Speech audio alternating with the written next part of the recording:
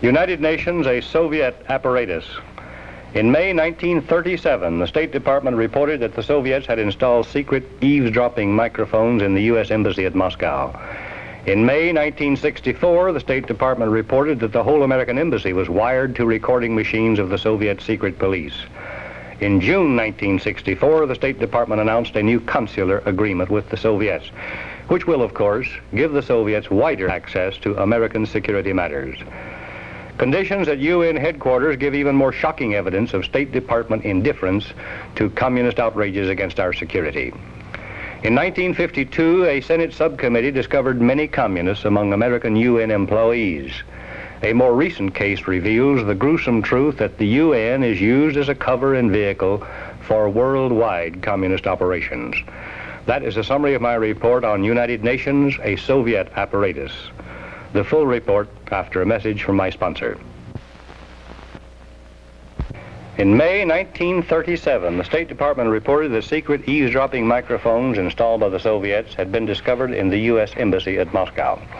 27 years later, May 1964, the State Department reported a new discovery. The whole U.S. Moscow Embassy, including living quarters for personnel, was wired for the Soviet secret police to record every word spoken. In June 1964, less than 2 weeks after State Department announcement about this communist bugging of our embassy in Moscow, State Department and Soviet officials signed a new consular agreement. How many American consular offices will be established to provide Soviet secret police additional access to American security matters? How many Soviet consular offices will be established in the United States to provide new centers of communist propaganda, spying, and sabotage? The public has not been given these details. Conditions at United Nations headquarters in New York give even more shocking evidence of State Department indifference to communist outrages against our security interests. In 1952, a Senate subcommittee discovered many communists among American employees at the UN. The UN Administrative Tribunal said they could not be fired because they were communists.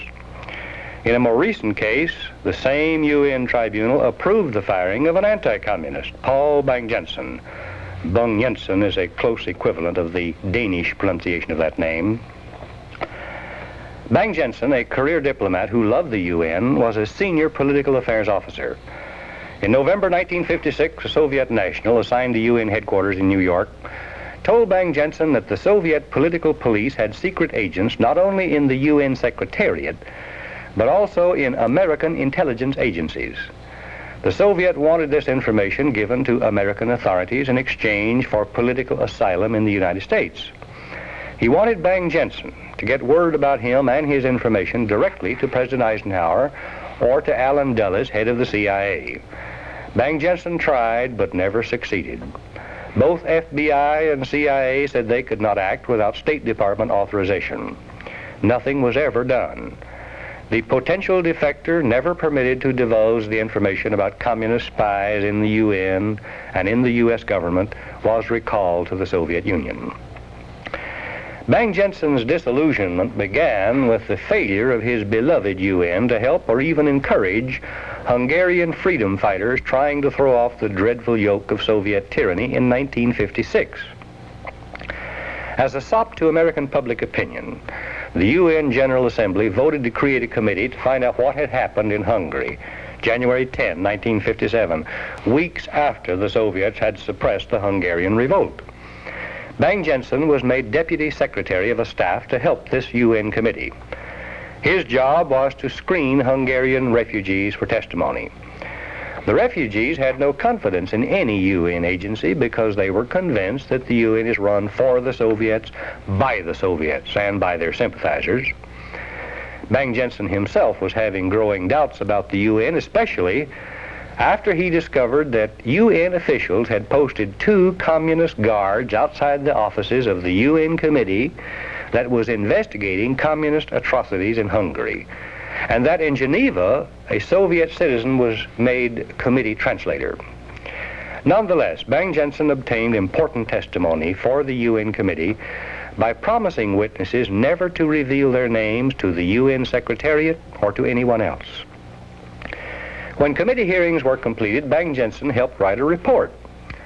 After examining drafts of the report which omitted important information and contained conspicuous errors, Bang-Jensen concluded that the UN committee report was being sabotaged and garbled to give the Soviets a means of ridiculing it. Bang-Jensen's superior on the UN staff recommended that Bang-Jensen be relieved of duty because he was a very sick man. This is the first effort on record of UN efforts to impugn Bang-Jensen's sanity because of his anti-communist stand. Eventually, Dag Hammarskjöld appointed Ralph Bunche to investigate Bang-Jensen's allegations that the UN Hungary Committee had been sabotaged to protect the Soviets. Bunche, refusing even to hear Bang-Jensen's evidence, reported, quote, "Bang-Jensen is mentally ill, not far from a state of mind which could lead to physical violence, either to himself or to others," end quote. On October 9, 1957, UN officialdom ordered Bang-Jensen to give the names of Hungarian witnesses to Dragoslav Protic, an Assistant Secretary General of the UN who was a communist under control of the Soviets. Bang-Jensen refused. He did not want to keep the list of names himself. He wanted authority to burn it so the Soviets could never get it.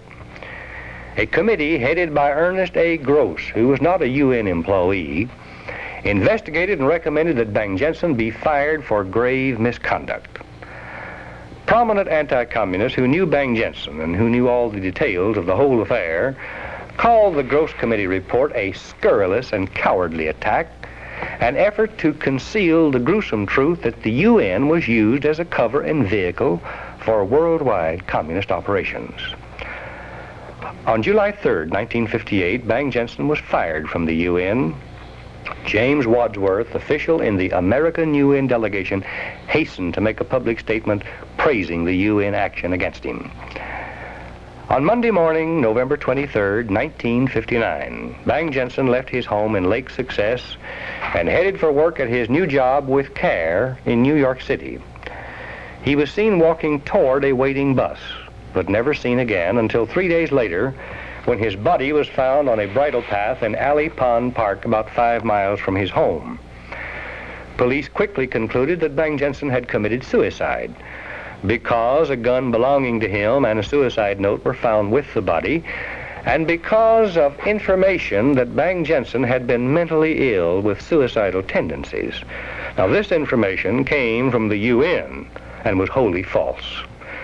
A psychiatrist who had seen Bang-Jensen 6 times after his dismissal from the UN said later, quote, "It is utter nonsense to imply that Bang-Jensen was mentally unbalanced.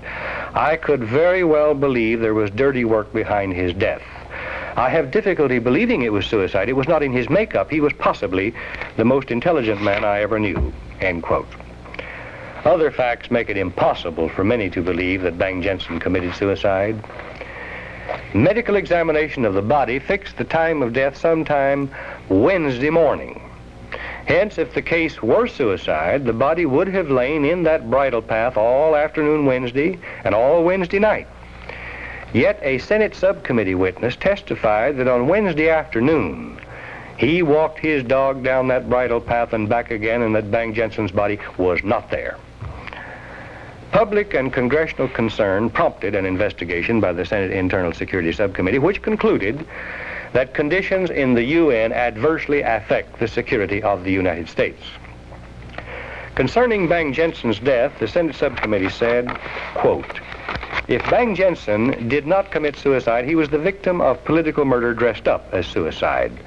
There has been a long list of suicides under highly questionable circumstances involving people who might have had knowledge about which the Kremlin had reason to be sensitive. The Soviets have highly developed techniques for simulating suicide. A convincing suicide may take a year or 2 to prepare. During this period, the subject's life is examined minutely. Stories may be circulated to the press that the subject is despondent. This prepares the ground for a plausible suicide story when the deed occurs," end quote. The invisible government, a tangled skein of organizations centered on the Council on Foreign Relations, aims to make the United States a socialist province of a socialist one world. American membership in the United Nations with subordination of American policy to UN policy is the biggest step ever taken toward the invisible government's goal.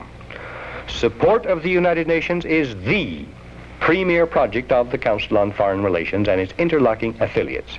Hence, Bang Jensen had to be destroyed because he was hurting the United Nations. The Senate subcommittee seems to believe, and I certainly do, that communists murdered Bang Jensen. But communists did not betray him.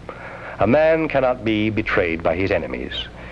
Bang Jensen was betrayed by his fellow liberals, by Americans who are members of the Council on Foreign Relations and of the American Association for the United Nations, which the CFR runs. Andrew Cordier, Ralph Bunche, Ernest Gross, James Wadsworth, Clark Eichelberger, Henry Cabot Lodge, Allen Dulles, all who had some part in the Bang Jensen affair are members of the Council on Foreign Relations. 3 months before his death, Bang Jensen made remarks which all Americans should think about and not forget. He expressed bitter realization that the UN is a Soviet apparatus created to serve the Soviet cause. He expressed doubts about the survival of the United States, with the United Nations providing in New York City a privileged sanctuary for the murderous intrigue of international communism. Bang Jensen said, "You Americans are so full of optimism and good fellowship, you don't want to think ill of anyone. Because I confided in one of your security agencies, a man is dead now. What hope can you have of winning the battle when your own FBI cannot even cross First Avenue in New York and expose the traitors amongst you? It is bureaucracy gone mad." Goodbye. God bless you.